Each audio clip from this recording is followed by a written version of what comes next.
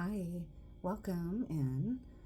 As you can see, I'm currently in a different setting than typical. I'm happy to be here. Not that it needs to be super highlighted where I'm at, but I happen to be in Biloxi, Mississippi. I just attended a social work conference. It's just about over.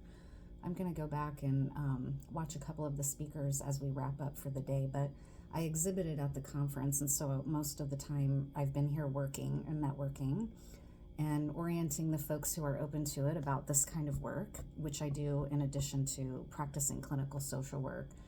So I just have to say it's been an intense and interesting experience. I ended up today, as people felt a little bit more relaxed and less guarded, making some really good contacts. So I'm happy about it, especially because at some point I might move down this way.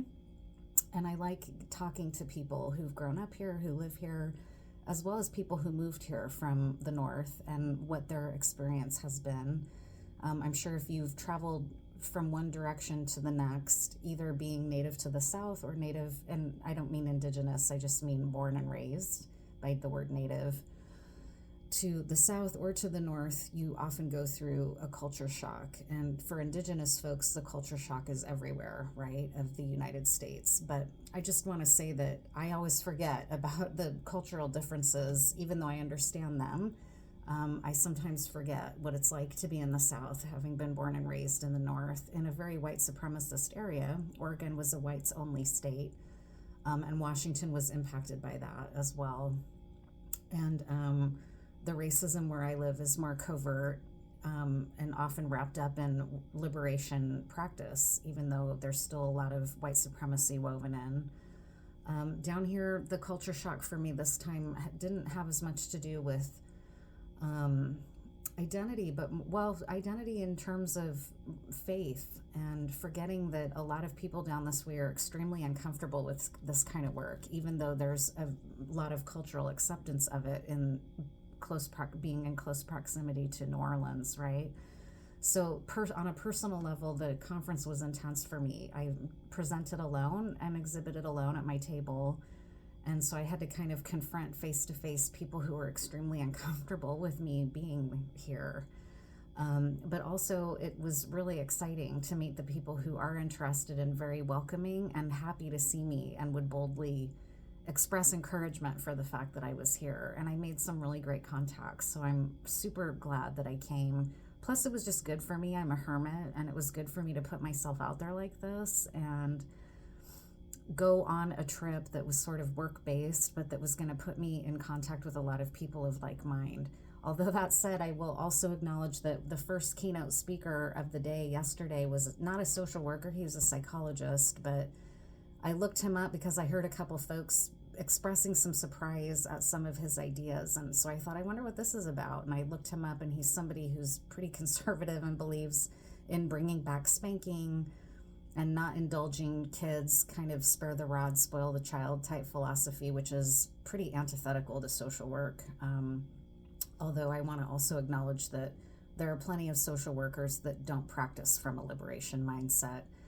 And I know that. And in fact, a lot of times people leave our discipline altogether because they realize that social work in some ways props up unjust systems or unjust ways of being in the United States, particularly. So it's been an intense experience for me. Today was a little bit better. I met people really of like mind who were very open and intrigued by the work I'm doing, and contacts who want to stay in touch with me, and just really wonderful people. People who have discouraged me from moving down here, particularly those were folks from the north who moved down and have had trouble adjusting to the more conservative slant that things are going down here according to them. But I also met people who were born and raised in this region who really encourage moving down here and have a lot of pride and celebration. And I would love to live in a place that was more diverse. If I'm just being honest, I get fatigued at times by the white washing of the Pacific Northwest. As much as I love it as where I was born and raised, and the land is what keeps me there. I love, and my family and relationships, although some of those have been challenged of late. So I just wanted to report on that before I start the reading. And another thing I wanted to report on, I spoke about their book in the last reading for radicals that I did, 78 Acts of Liberation, I think is the title. I'm sorry, I packed it away. It's by Lane Smith, who is a former social worker. They worked in Baltimore in the criminal justice system and for the public defender's office for many years. And I'm in love with their book right now. One of the things that they're very similar minded to me in that we have some commonalities in our background about having felt like we had to hide our love of tarot for a long time because we were in Marxist, academic, male-dominated activism settings at times, where this kind of work is not seen as intellectual, or it's seen as women's, or not as important, right? So for me, in reading today at quieter points when I was at my exhibit table, one of the things I learned that I'm embarrassed actually and surprised to learn about is some of the more nefarious elements of Aleister Crowley, who I learned was anti-Jewish, white supremacist, anti-indigenous, anti-Asian, fascist. He was very fascist leaning, and I didn't know any of this. I guess I shouldn't be surprised, but I was surprised. I learned on the Crowley deck, and I love the Crowley deck. And while I don't necessarily love Aleister Crowley as a person, I've never really thought of him as a teacher of mine because I think he's had a huge ego, basically. I did love his deck and do love his deck, and particularly his work at helping me understand the devil archetype with more depth changed my life for the better. So Lane, I really appreciate Lane for highlighting the problems with Aleister Crowley and how he's still so beloved in the occult community. And I just want to honor that, and will continue to honor that because I think it's really important to know about him. I'm embarrassed that I didn't know, honestly. So I'm super grateful to Lane for sharing that in their book, because his influence on tarot and in occult and esoteric circles is massive. I mean, it cannot be overstated. And to know that he had such fascist tendencies and white supremacist tendencies is very disappointing to me. But, at this stage in my life, I shouldn't be surprised, but I was, and I am. So it's a lot to unpack, and I just wanted to highlight that here before I get into the layout. And talk about, and honor the fact that I'm probably still going to use the deck because I learned on the deck. It's the only deck I read for much of my life. And so I don't necessarily feel like I need to turn on the deck itself. The deck has meaning for millions of people that don't subscribe to those beliefs, right? But anyways, here I'm using Frank Duffy's deck. This is an artist out of the UK, and I purchased their deck and love it. So I'm going to be using this deck today along with my own. I don't have a lot of my decks with me just for the ease of travel. But I just wanted to do a general layout for us and see what comes out. Thank you for being here, and thank you for listening to my intro. This is just a tiny bit of swag that I had at my exhibit table to try to dress up the place a little bit, because this is just a hotel room, and I'm used to trying to have a little bit more of a setting for my layouts as much as possible. I like to do that. I find appreciation in kind of creating a little bit of a ceremonial space around the cards.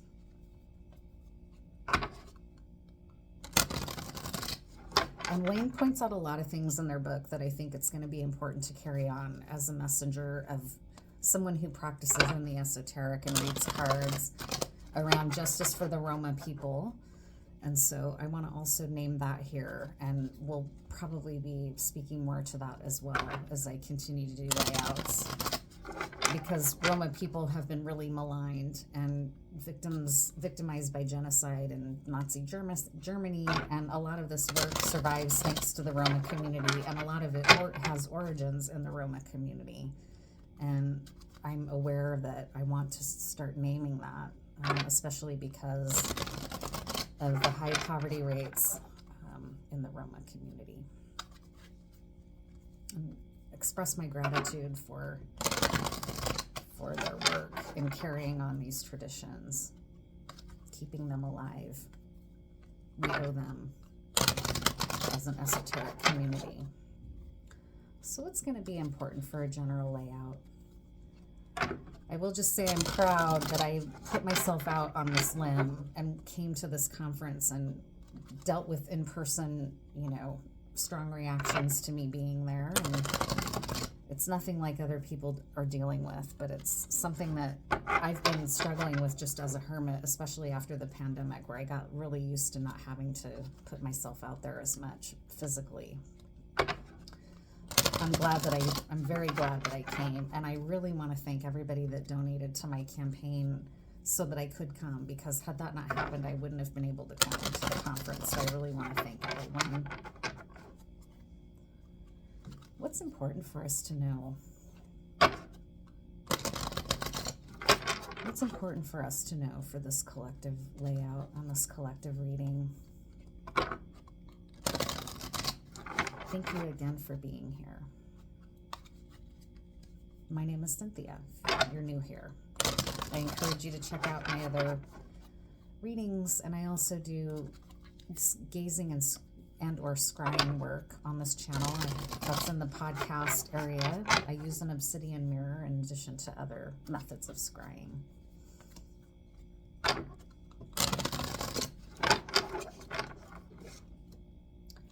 The Four of Wands, completion, was a little bit of a flyer. I don't tend to do flyers like a lot of readers. I do shuffled layouts. But the Four of Wands is a nice card to see, a completion, and a very happy and joyful completion of some type of process or gathering or event. So you might be experiencing that, a completion to something in your life that feels very happy and final and good. Final may not be the right word, but whole might be a better word. Something feels whole and complete for you. Especially in the realm of creating something new.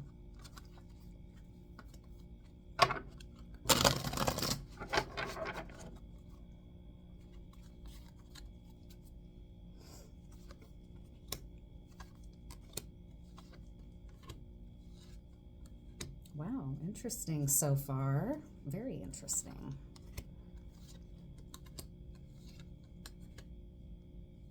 Wow, this is going to have relevance for me, and that might be because I did a lot of talking during the shuffling and in the intro about my own experience, but my intention is always that these layouts are collective, right? Not just for me, obviously.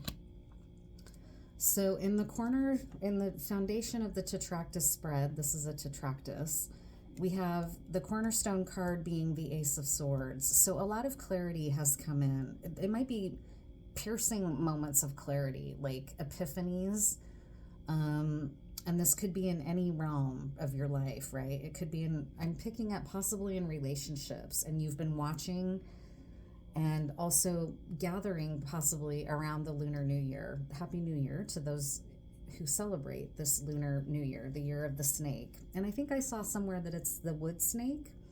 So you might have been attending lunar festivities. In any case, the new moon in Aquarius is impacting things for you right now. And what I'm seeing here is that it's giving you a lot of clarity about your relationships with this Two of Cups in the Facts position. So you may have had to go in really deep and observe what's happening around you through this lunar cycle that brought in clarity about your relationships.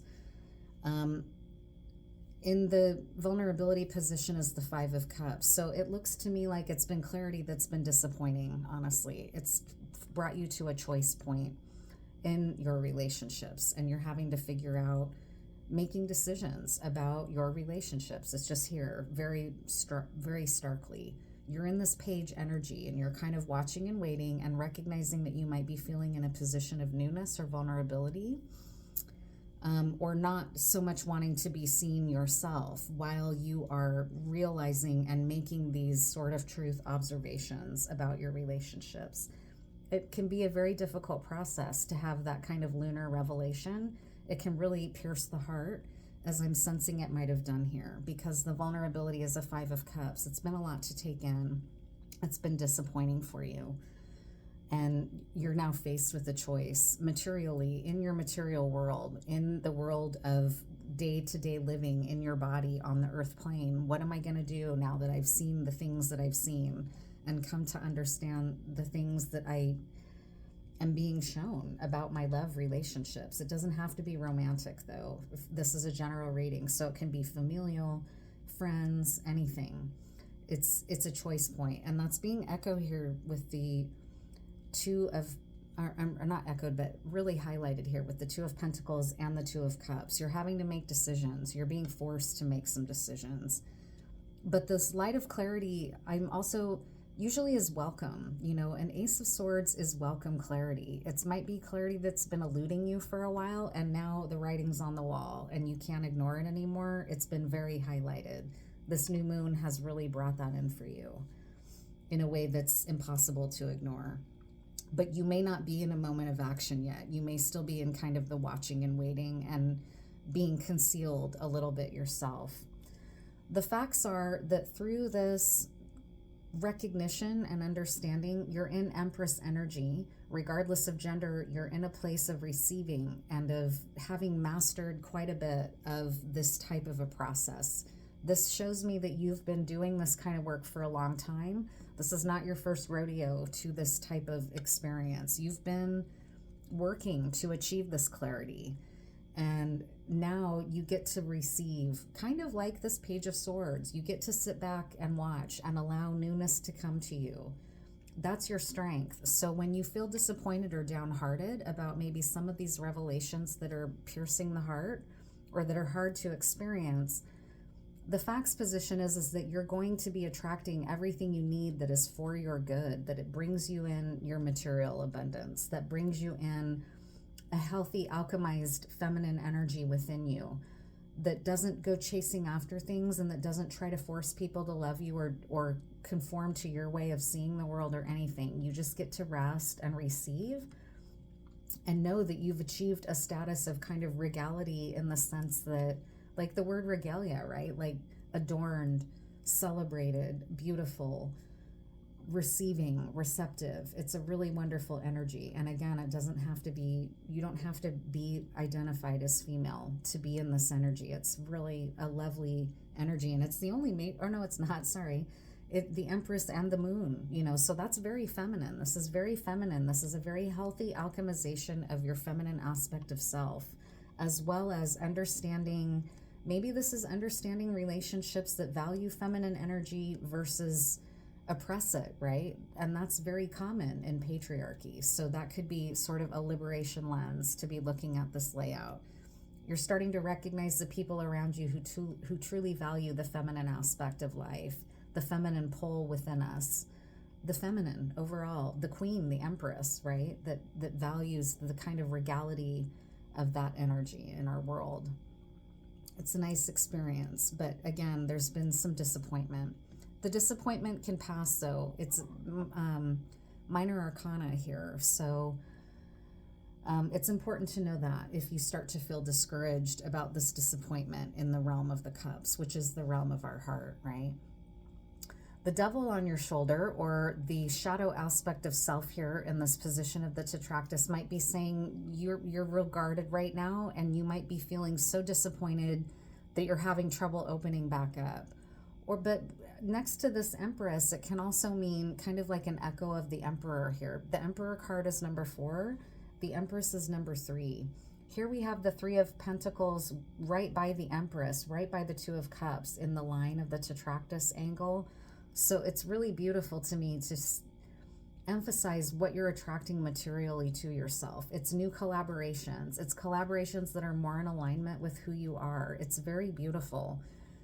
There's a vulnerability to closing off a little bit, or to being in like a darker energy of the 4s, which is rigid and unopen, not recognizing the cup that's being handed to you, right? So you are having new cups that fill you, right? That pour into you, that are coming to you.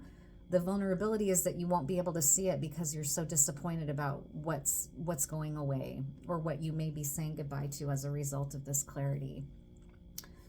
Where the energy is headed is the Page of Cups. So this is a very young, optimistic, gestures of the heart, probably from this new community of collaborators that you've attracted because you've been allowing the clarity to come to you through the new moon in Aquarius. It's very powerful. It's very shape-shifting, like a snake. A snake is a shapeshifter. So you're shifting form here, and that might be why you're feeling like it's better to be in this Page of Swords energy and watch and wait, because you may not feel fully in the power position of an Empress status, which is a graduated soulful status, right, of healthy feminine energy. It may feel very new to you. You're just emerging from the chrysalis, right, with this Two of Pentacles. So it may feel very new and raw and vulnerable, and you're still adjusting to what you're leaving behind. That your shadow wants you to close off, possibly altogether, and if you listen exclusively to your shadow, that's just trying to protect you, right? The shadow's not here to be a devil that you have to get control over. You need to listen to its message and also try to soothe it here. Help it see that there's still a cup that is pouring into you in these new relationships. And that can help you maintain the open-hearted energy of this Page of Cups. It's very beautiful. And with this Flyer card, it's a completion of this guarding, right? So it's try to see the completion as joyful. The completion of this old cycle is bringing in this new healthy energy that's more balanced for you, that's more accepting of you, and that's more vulnerable, and that accepts vulnerability as something that's okay, right? It's really lovely. I'm going to pull some clarifiers for this Page of Cups. Anything about this Page of Cups energy as we see it here in the layout? What else is important to know? So we have two twos with the Two of Pentacles and the Two of Cups, and we also have the Four of Wands and the Four of Cups. So it's this Four of Wands Flyer is bringing in some creative fire to help ease some of the worries of the Four energy in the Cups realm, right? That's really nice to see.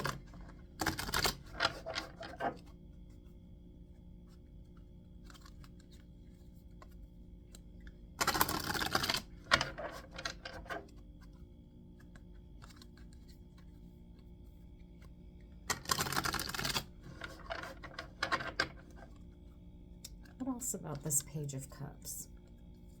And if you feel like it, please share a little bit about this kind of experience for you. How has the new moon, we're still in it very much. It's not over with. The new moon in Aquarius energy is still very present right now. How has it been for you? Please feel free to chime in.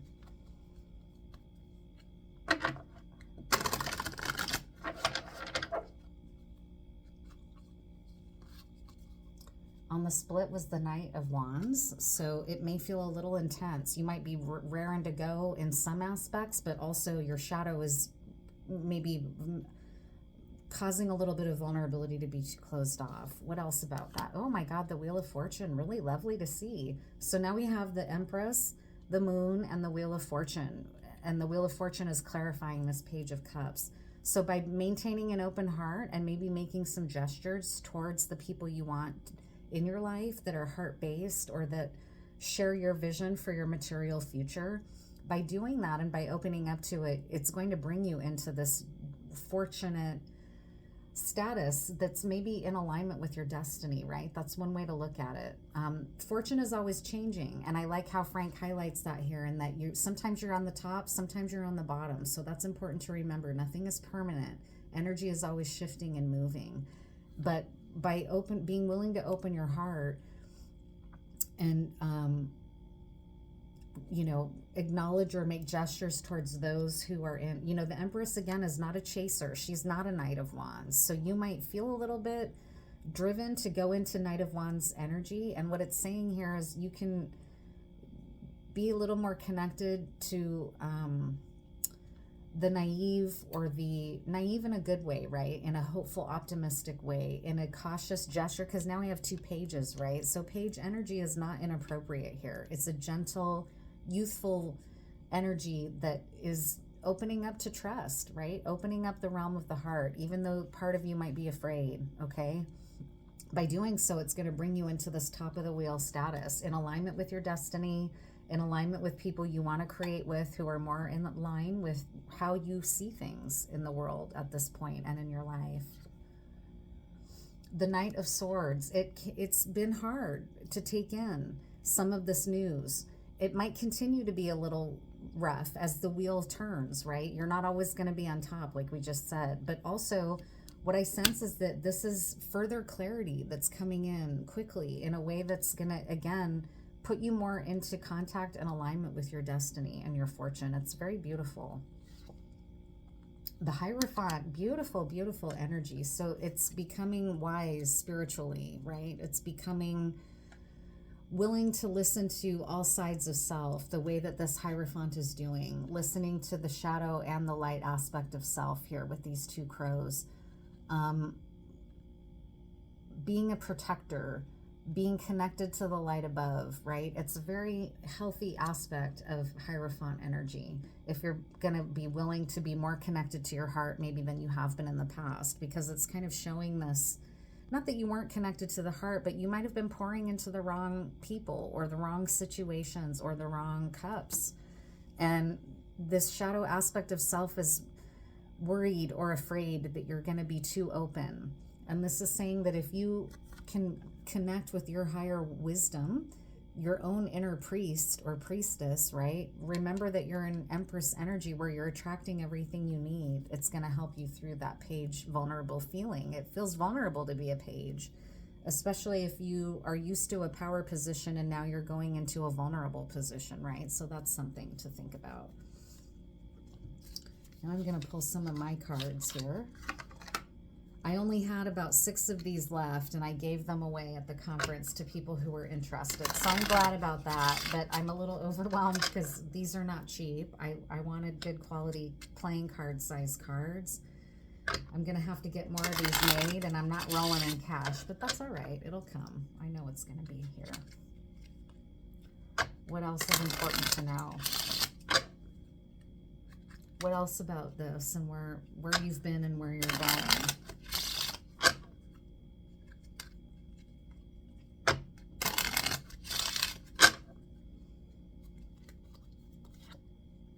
Profound love and respect is the driving force here. That's what you've been generating for yourself, is the scenario, relationships, material life, material earth plane reality that is centered in love and respect. You want that to be the driving force in your life. You don't want to feel like you're pouring into the wrong things. You don't want to feel like relationships that you thought were for you, you're finding out that they're not, right? You don't want a lot more of that, right? You're kind of done with that. You want and are creating a world where love and respect is the driving force in your life. It's very beautiful. Your energy soothes and is a gift to the world. I really identify with this card because I poured into my work as a social worker in paid employment for decades. And in the end, what happened during the pandemic for me personally was that I just started feeling exploited. Like I had no choice in how I was working. I was going through musical supervisors. I was going through, after reaching the sort of peak of my understanding in many ways in my career as a clinical social worker, being told things arbitrarily, like, no, you're not going to be allowed to take vacations. Stuff that I just thought, you know what, I've been pouring into my community, into my work settings forever. And now when it's really in crisis mode, I don't get any recognition for that in my work. And I saw the light. It was my Ace of Swords moment of like, I need to go out on my own and try to find my way in a different way where I answer to my clients, absolutely, but I don't answer to an employer. I'm my own boss. I get to set my own terms for how and when I want to work. I'm not going to be worked into the ground anymore, right? I felt like my soothing energy as someone who feels like I have a healing role in this world, I recognized the gift that is finally. And I thought, I don't want to be exploited anymore. I want to leave. And I'm definitely not saying that choice is for everyone. Paid employment is much safer in many regards and more respected than self-employment. But for me, that's just an example, I guess. Let go of your timeline, trust the natural flow of nature, and patience. So this, I think, speaks to that Knight of Wands energy that we've split the deck on, which wants you to charge forward. You want to be here now. You want to be in this reality now. It's coming. It's already, you've been in a completion mode of tying up or recognizing what is no longer for you. You're coming into a completion with that. This was the flyer card that came out before we even did the layout here. So as much as you want to race forward and fire maybe your natural element, it's okay to let go of your timeline and trust the flow of nature. Flow is very water-based, right? So trusting flow, trusting the water element to cool your fire can help you be patient. Tapping into your own water element, this lunar energy, this Empress energy, this Cups energy can help you bring you into that patience and bring this to the fire completion that you're seeking. Fighting for justice is at the heart of this matter. This is where this Five of Cups comes in. You just started recognizing whatever you were pouring into, you started to see the light. You got the Ace of Swords clarity. You've maybe been in this page energy for a while, waiting, blending in like a shapeshifter would, like a snake would. A snake isn't out there looking for trouble. Most snakes want no trouble, right? They want to be left alone, but they're not to be messed with, many snakes, right? So you started realizing something was no longer for you, and it became a matter of justice for you. Again, like in my example of working for an employer in the helping professions, I started realizing I've been fighting for justice my whole life in these clinical settings, but when I need some justice, where is it? It was nowhere. I started pouring, and that wasn't my client's fault. It was the institution's fault. But fighting for justice was at the heart of the matter for me. So that's another example, and one that's really great to listen to here. Oh man, it could not be more perfect. Be wise as the serpent and gentle as the dove. That's a biblical scripture, and it's very discerning. It's very discerning. In fact, Dr. King used this biblical scripture in some of his speeches. It doesn't call for us to be naive lambs to the slaughter, right? We have to use our discernment. We have to channel our inner serpent, which is very wise. Serpents are wise creatures, right? The snake is a shapeshifter. And we need to listen to that and be willing to acclimate to a new setting, recognizing this was not for me. I need to go, whatever it is, these relationships, the material reality that you found yourself in that you realized was no longer for you. I love it. I wish I had my decks because I want to keep going. This is a beautiful reading, but I'll just pull some more cards instead. What's some good advice for you? What's some good advice for you at this time? What's going to be helpful for you to know as you practice some patience, try to let go of your timeline. Know that you're coming into a status of a high priest or a hierophant, right? A hierophant is traditionally shown as a Catholic priest or a pope type figure, right? And in some cards, it's called the Pope. And, you know, the world of the Catholic Church is not always very justice-based at all. That's an understatement, which is why I try to call that card by many names so it doesn't get the bad stigma of the Pope, right? What's some good advice for you, though? Be comfortable with your own discernment. Be comfortable understanding that within you is the serpent and the dove. You can climb the tree of life as a serpent while honoring the doves that fly around, right? And that symbolize peace and hope and newness, right? What else is some good advice for you?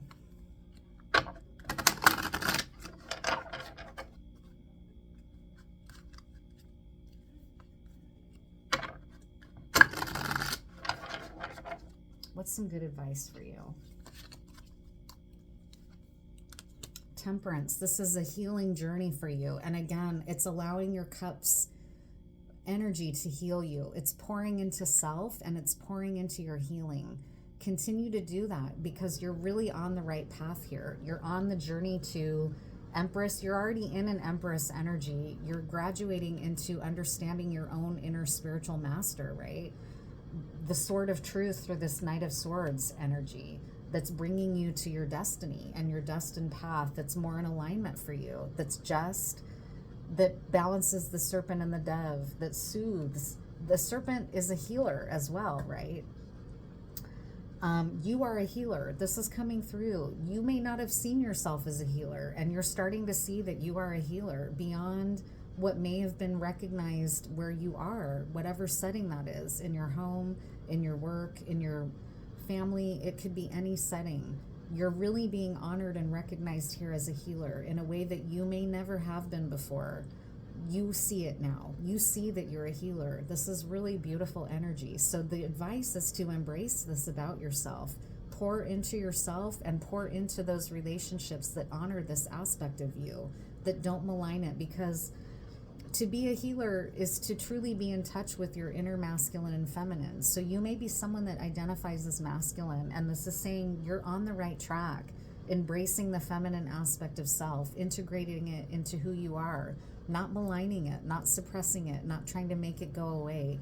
Temperance is typically shown as a female angel. This is just an echo of this dove and serpent energy, though, as well. Pour into self. Really beautiful. What else advice?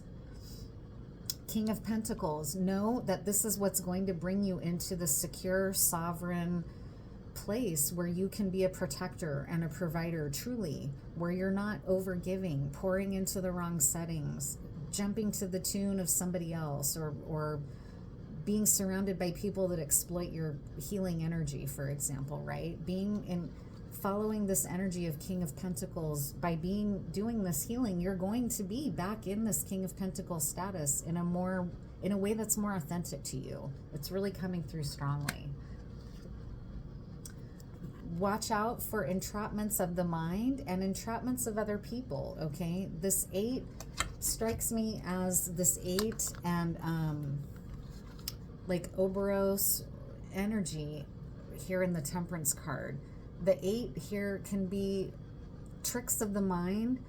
And again, this can, I know I keep using myself as an example, but when I went out on my own and left my paid employment and paid hospital type or clinical type, outpatient clinic type settings, it was hard. A lot of the tricks of the mind told me that I was abandoning the community, and I really had to unpack a lot of that and undo it and say, no, I'm not abandoning my community. I'm giving to myself, and I'm a member of the community, right? So it's really challenging those weird thoughts that say it's selfish to do this, or by giving to myself, I'm letting others down. That's not true. That's an imbalance. And watch out for that kind of thinking. Continue to allow your temperance healing process. Allow your inner feminine alchemized process. Allow this lunar energy in Aquarius to continue to bring you this clarity. It's not something to be feared. You're safe. It's profound love and respect as the driving force, right? Your energy soothes and is a gift to the world. It's okay to recognize that and seek to be around others that truly respect it and that treat it with the respect it deserves, okay? I know that's hard for some. It's hard to hear. We get a lot, and especially in the nonprofit world, we can get a lot of messages that going into private practice, for example, again, to use myself as being selfish. It's not. It's not selfish to want to be able to have a life outside of your work or a life outside of pouring into your family. What about pouring into yourself? If you have a healthy family system, pouring into family can feel pouring into self. But if you have maybe a trauma impacted family system where you're considered a healer in your family, but nobody else is on a healing journey, that can be really intense. It can be really intense, and this can be a myriad of ways this can be for all of us. This is like I said, it's a collective reading, right? So I'm gonna pull one more card here from my deck, and then I'll go ahead and close this reading.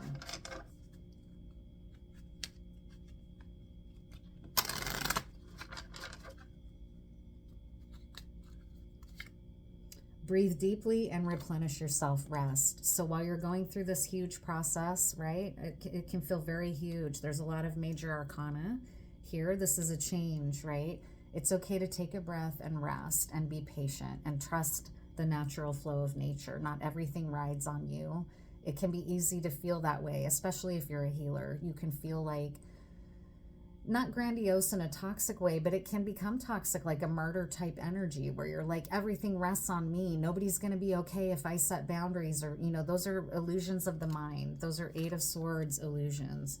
It's okay to have boundaries. It's okay to rest. It's okay to say no to certain things. It's okay to let go of relationships that no longer honor and respect you, but that feel more imbalanced, like they're taking. It's really important here with this temperance healing energy and this Empress energy, okay? and this high priest energy. You can't be a healer if you're in an imbalanced state. Then you start playing out unintentionally, but you can start playing out dynamics in healing settings that are not healthy for you or for the people that you're trying to do healing work for, right? So it's very important, as the closing message, to breathe deeply and replenish yourself and rest, okay? It's okay to be in this Empress energy where you just receive for a while. So I think I'll close now, and thank you for being here and for listening, and thank you for subscribing and liking as well. I'll see you in the next one.